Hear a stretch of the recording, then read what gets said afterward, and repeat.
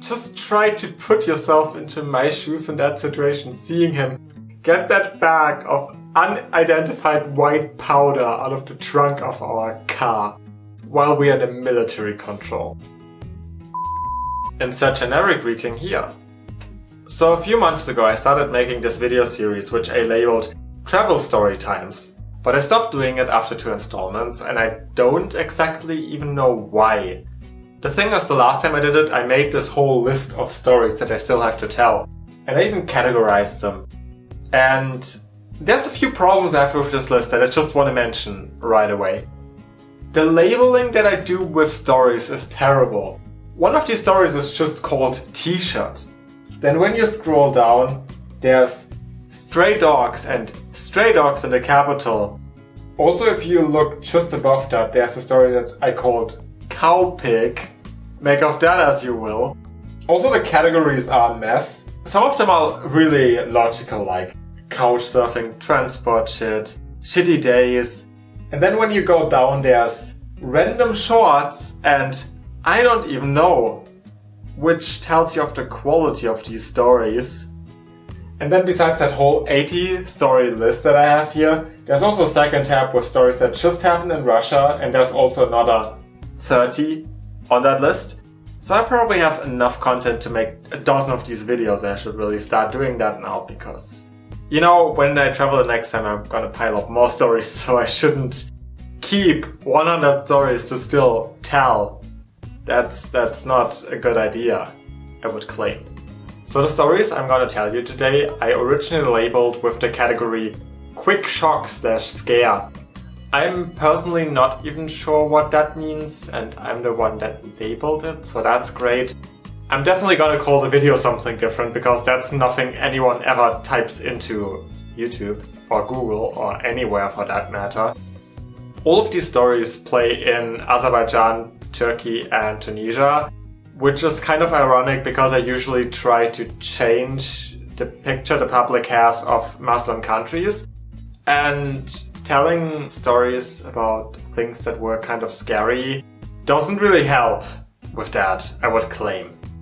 There would be a big story to headline this entire video, but that story already got its own video. People that are longer with the channel already know this one, but I was once detained by the Russian border police for entering a town I wasn't allowed to visit. And if you don't know that video or the story yet, I definitely would recommend you to watch that video. I'm gonna put it above right now, because it's very entertaining. Is that the right term? I'm not sure. So the first bundle of stories happened in Tunisia, which is the first trip that happened from the stories I'm gonna tell you today. And all of these stories happened in February of 2019.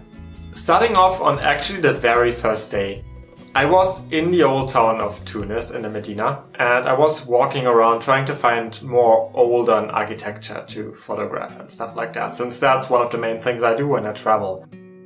And there are tons of shops within the Medina, so it's very hard to kinda navigate it because you are always in between hundreds and hundreds of people. There was this random guy who told me he knows where to walk through if I really want to go to the architecturally interesting parts where there's not a crowd of people trying to shop and stuff like that.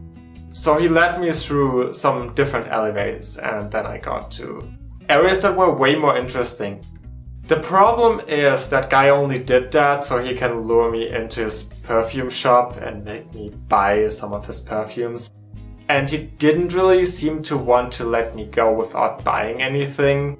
So I feel like, while I personally wasn't really scared of it, it was kind of a sketchy situation, and I feel like some people might have felt very pressured into buying something, which is probably what people like him used.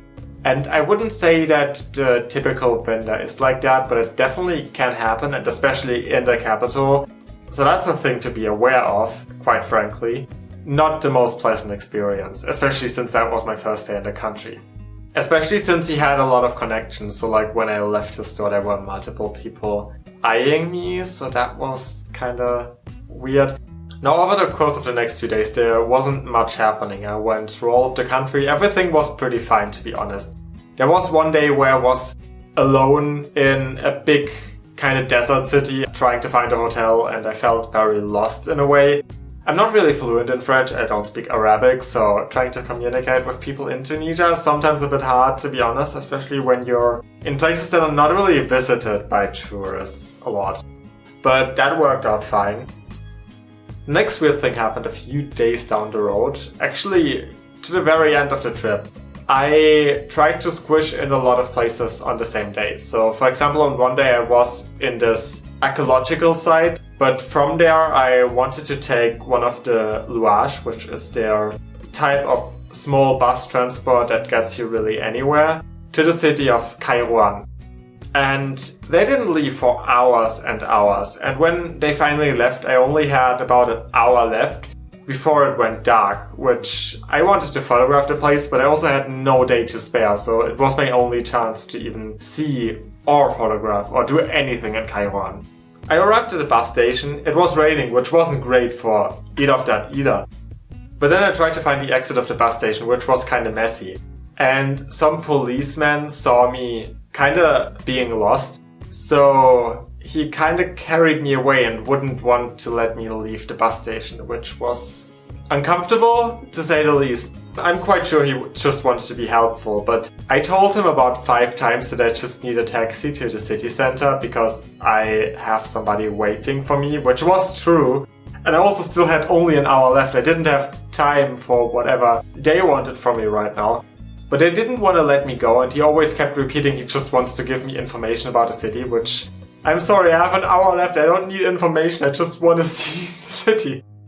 It wasn't really scary, but at the same time I feel like a lot of people might have been scared by not being allowed to leave.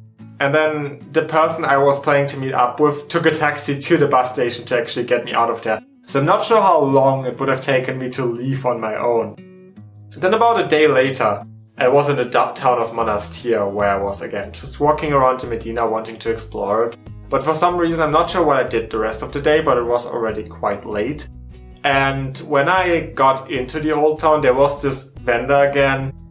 I looked at his shop and then he didn't want to let me leave, which was like, I don't want to buy anything. So then when I said I would just want to look at the old town before I buy anything, and originally I planned to leave then just without talking to him ever again, he then opted out to show me the old town, which made me not feel very comfortable because I knew what this led to. Obviously it was good to have him with me because it was already around sunset, and to be quite honest, you shouldn't be in a Medina when it is sunset time and when it becomes dark.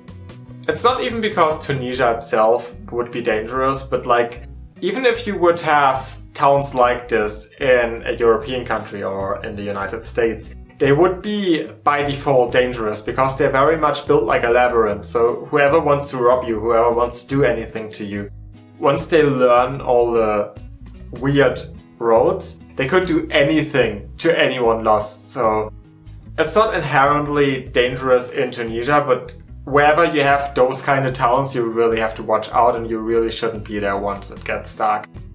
Once we went back out, he still tried to force me into buying something. And he used a lot of manipulative tactics to get people to buy something. At this point, it was the end of my Tunisia trip and I didn't really have money to buy anything else than food. I get if you're struggling with money, but at the same time, I'm not gonna buy your colored sand if I then can't eat, so... In my opinion, you shouldn't try to influence people into buying something if they literally tell you they don't have the money for it, but that's more a moral thing. And then right after that, it was literally the same day, I then took a train from Monastir back to Tunis, to the capital. And the train system is really confusing. I sat on the train station for about 2 hours because I didn't really understand when the next train goes. I found 4 different lists, all of them listed different times and none of them were true. But I eventually got onto a train, changed somewhere, got onto a different train. Somebody talked to me and then somebody sat next to me who wanted to tell me when I have to leave. But then probably 20 minutes before we got into Tunis, that person suddenly jumped up and ran out of the train at a random station. And their bag was still next to me. That can't be good. So I just stood up and went to the other end of the train, sat down there, And once I arrived in the capital, I immediately went to security to tell them about that bag in the train, because who knows what the hell is in there. I'm usually not really afraid, but the way he suddenly ran out of the train was really suspicious to me personally. I wasn't sure if they didn't take it serious or they didn't understand me. And then I left the train station where the guy I was staying with picked me up, and I was like, dude, you gotta go in there and tell them that there's a fucking bag in that train. The thing is, if I wouldn't have told them and then there would have been something in that bag, I wouldn't have been able to forgive myself, because I would feel like it's my fault since I didn't tell anyone. And I'm not sure if anybody else saw the train was really empty around the time that person ran out of the train, so. The next set of stories I am gonna tell you all happened in Eastern Turkey. You can kind of look at this as the story part of the Turkey video uploaded a few weeks ago, which I'm gonna link here now. I would also recommend you to watch that if you like travel vlogs. It's not necessarily the best one I made yet, but it's definitely quite interesting. There's a lot of footage from very different places, including Hasankeyf, which is a village that doesn't even exist anymore, because the Turkish government decided to build a dam that was gonna destroy it. And they knew that it was gonna destroy it, but they were like, whatever, so now it's gone. So there's like 2 seconds of footage now from this place in that video. I'm not sure if that justifies watching a 12-minute video, but... So we were doing Eastern Turkey mostly with a rental car, especially because we had a lot of places in the middle of nowhere on our list that we wanted to see. On the second day we did a lot of castle ruins, including Van, Çavuştepe and Güzelsu. Now, in Eastern Turkey, the problem is there's a lot of police or military controls. I'm not sure if there's a difference between the two, but when you leave or enter a town or village, you might be stopped and your car might be checked and stuff like that, which is a security measurement. And there are things happening in Eastern Turkey, I'm not gonna lie about that, but I wouldn't say it's dangerous as for now. Could be changing though, I'm not sure how good I can advocate for the area. Anyway, after we left Güzelsu, we were stopped at one of them, and the 2 military guys that stopped us didn't really speak a lot of English. And while Stefan was talking to one of them, the other one asked us to open the trunk of our car. And while Stefan was within that conversation, I looked at a bag, and there was like the military dude taking a bag, a plastic bag with white unidentified powder in it, from the trunk of the car. I was like, what is happening?